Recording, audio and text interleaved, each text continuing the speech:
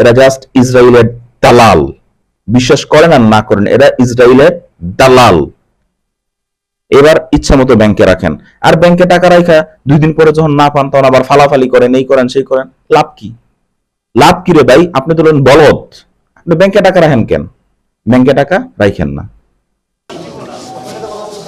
আমরা 2 মাস ধরে টাকা নেওয়ার জন্য ঘুরতেছি, বাট আমাদেরকে রিং রোড ব্রাঞ্চ মোহাম্মদপুরের উনি বলছে যে দিলখুশে যাইতে হবে টাকা নিতে হলে।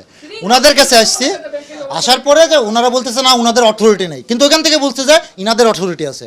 যখন ওনারা আমরা বলছি যে টাকা চাই, উনি বলতেছে ওনার অথরিটি নাই, অনেক হ্যান অনেক কিছু বলতেছে। দেন উনি বলছে চলেন ভিতরে যে কথা বলি।